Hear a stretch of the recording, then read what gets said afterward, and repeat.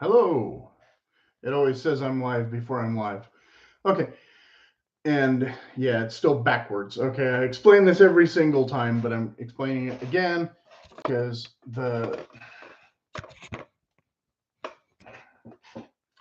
for some reason, when I was recording these and editing them and then loading them, everything was reversed. And so it was a lot easier for me to point to things on the screen without pointing with the wrong hand in the wrong direction and with the shadow on my face where the light is versus where the product should be versus where the light is. See, the product should be here now, but it can't be there because I'm not left-handed. Okay. Um, but this isn't really a product video so much. But I did bring, uh, instead of doing an update, a proper update video to the JK Boots unboxing video, I'm just going to mention in this one that I did return the other size and I experimented with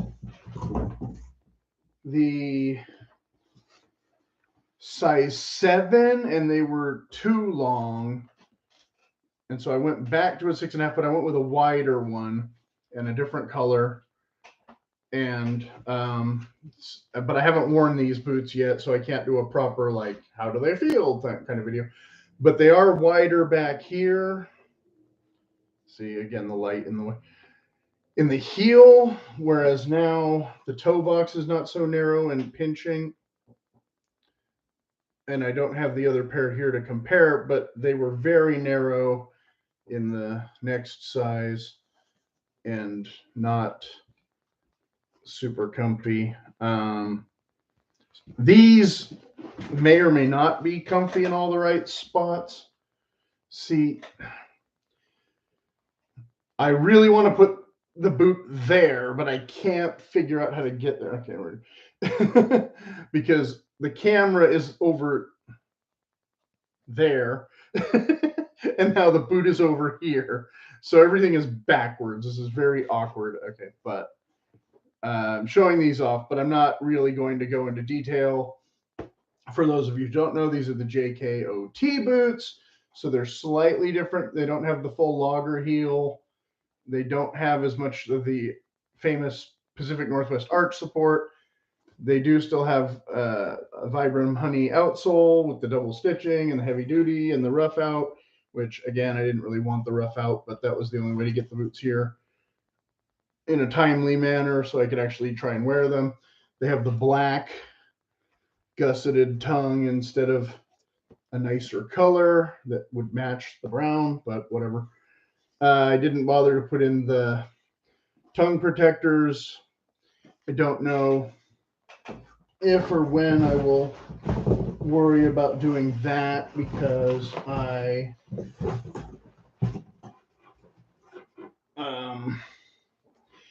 with the wider width, I don't know how they will work. It seems like it will be even more difficult to tie them securely enough. I'm not sure when I'll get around to experimenting with them, but I want to try and wear them a little bit and break in the toe box and the vamp and all that kind of thing first. So after a couple weeks, I did buy these not to be a dedicated daily walking boot, but to be more of a warm weather hiking boot.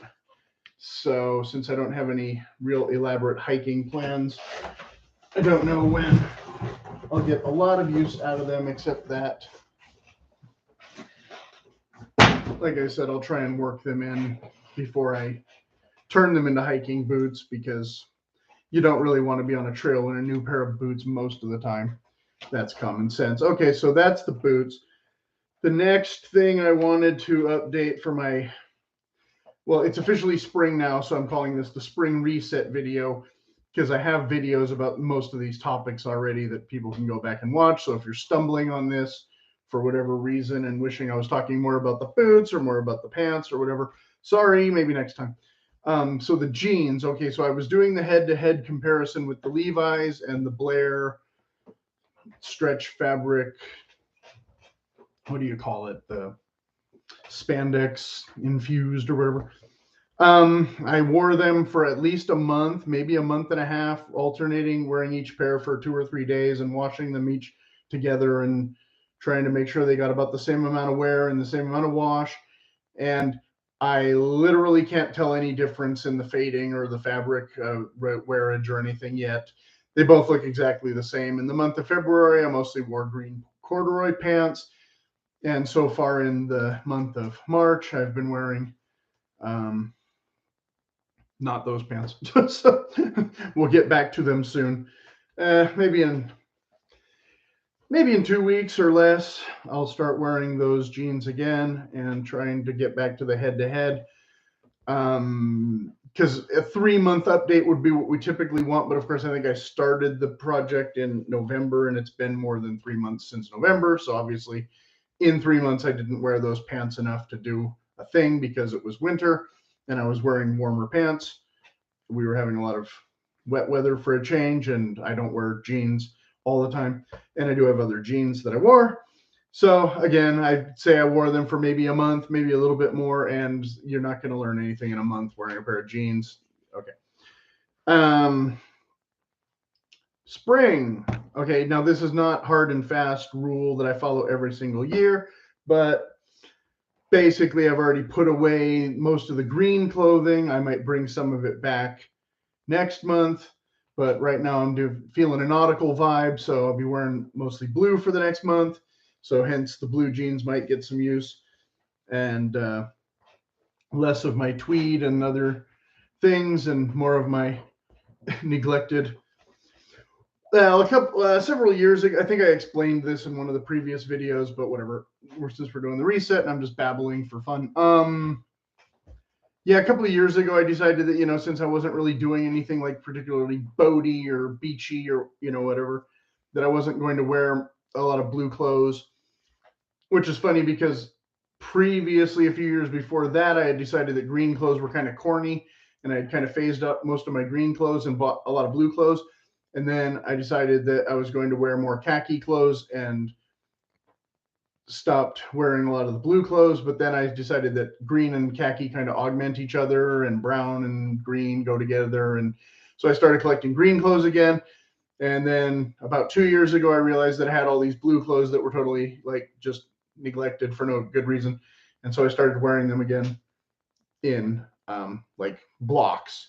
So like laundry, again, as I explained in video 1 or 3 or whatever, to simplify laundry, like, you have your whites on, in one load, and you have your blue in one load, or green in one load, and, black in one load or whatever. Black and green can wash together, gray and green can wash together, blah, blah, blah. So for the sake of my own laziness or ease of chore, when I wear blue, I wear blue. When I wear green, I wear green. I don't usually wear a lot, but I do own a lot of blue and green pattern stuff like pajamas and black watch flannel shirts and that kind of thing. And so those can get washed with blue or green, but I don't usually wear them as much when I'm wearing green. I usually wear them more when I'm wearing blue, if you can believe that. So that's when I can wear a little bit of green while I'm wearing blue. Okay, so that was a really boring, stupid explanation, but it's spring, and that's when we start thinking about these things, along with decor and what. And I'm not going to do a separate decor video specifically about a couple of these things, but before I get into that, I want to go back to boots briefly. I was thinking of doing maybe a field trip, going to see a couple of these boot companies. I really wanted to discuss some things with them about customization options and whatnot. And they had perfect weather in Oregon, and I missed that window when I could have gone to see Baker's Boots and Truman Boots maybe. And Truman Boots doesn't have a phone number, so I don't know what happens if you show up at their doorstep. They probably don't even let you in. I don't know. But I didn't need to buy another pair of boots yet. I have some that I have questions about, but I was going back through my Truman boots and realizing that the 55 last that I like is the one that they actually discontinued, because I hadn't really thought about the last when I bought the things 2 years ago or a year and a half ago or whatever. And it turns out, okay, the ones that I really like are the fit, and they don't offer wide sizes. So like I said, the two that I got with the cap toes kind of pinch my feet, and yet I want to see what I can do about that, and blah, blah, blah. And I got that pair of whites boots that really pinch my feet, and want to see what I can do about that, because they're definitely, I should have got the wider width like the guy recommended back in January or whatever, but too late now. But but people are telling me I can get them rebuilt, but I don't really want to rebuild them now because, again, it's spring. We're almost out of boot season already anyway. So, like I said, I'm not going to go on and on and on. But I thought about doing that. But Truman, like I said, I don't think they offer any wide widths. They don't offer a lot of the taller shafts that I would prefer. They got in one color leather that I like, and the toe box of the mock toe is a bit narrow compared to maybe some other ones that might prefer. I don't know if getting a bigger size would be very good though, because I don't need them to be so long that they're clown shoes like the ones I sent back of these OT ones. Well, so what I was going to say though was I was watching a couple different videos, and one was saying do the one in, one out method. So when you get a new thing, get rid of an old thing. I don't typically do that. When I get a new thing, I usually get 2 or 3 of the new thing in a couple different colors. And then if I have something similar that's old, that's worn out, maybe I get rid of it. But a lot of times what I want to do, see, I want to be a little more minimalist, but I don't want to be a total minimalist, because what usually happens with me is, like I'm doing with these jeans, is usually like stuff like that kind of all disintegrates or deteriorates at the same rate. And then instead of scrambling and having to get, I already have the other thing waiting. Like it's already there. So it's the opposite of these other guys who are like, oh, don't buy in excess. And, it's like, no, I already have a shirt. Wait, like when the other one looks all grungy and whatnot. And the one that I was talking about that's 20 years old, the t-shirt, I debated bringing that and showing it here so I could show that, the discoloration and the collar's all kind of worn out and that kind of thing. But you get the idea. So that shirt and the other blue shirt with the buttons, and I have like a third one. Like those 3 shirts will all just be done in a month, and then they'll go away. So instead of getting in one and getting rid of one, it'll be like I get rid of 3, but then I probably already have 3 or 4 somewhere. The other thing that I watched was a thing where they were talking about compounding. So you do a 30-day challenge, and you get rid of 1 thing the first day, 2 things the second day, 3 things the third day, and so on. What I found though is this is really hard to keep up, especially when you get to like 8 or 9 things, unless you're already having a yard sale or something and all this stuff's kind of out and you can count what things you're getting rid of. Like I found it like if I'm getting rid of painting rags, like do I count each individual rag as a rag, or like is a batch of 5 rags like rags? So like on day 1, technically I got rid of 5 rags, right? On day 2, I got rid of like 8 catalogs or whatever, but I just counted it as catalogs and socks. Like I wasn't really quantifying like each individual catalog. So maybe that's a better way to do it so you don't feel so overwhelmed. But I think I think it would be easier if you started at like 30 things, because you're really in this mood to get rid of stuff, and then went down each day. So you felt like, okay, I can reset next month and start with 30 things again if I feel like it. Otherwise, like trying to find, I think I'm at like, what's today, the 28th. So technically I should be at 18 things today, on top of the 17 things from yesterday, on top of the 15 things. Like I'm already back to like 11 things plus 8 more days. Or so I literally have to get rid of 126 things today if I want to stay on this schedule. So like, yeah, this whole week has been like, yeah, I was getting rid of stuff, but I wasn't, again, being able to quantify the stuff I was getting rid of. So I don't know. It's unlikely that I'm going to find 126 things to get rid of today. But that's a strategy that some of you might want to adopt if you want to. I thought I would pass that along, like I said, rather than making a design decor home decoration video.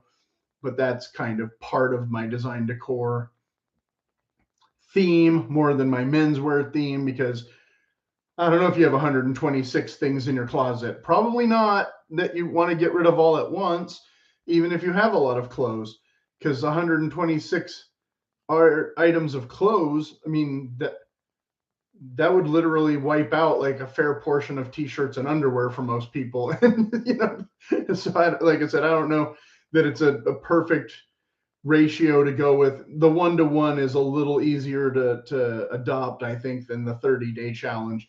But if you know you have a lot of stuff, if you're feeling overwhelmed by your stuff, some form of the 30-day challenge, you might try to implement.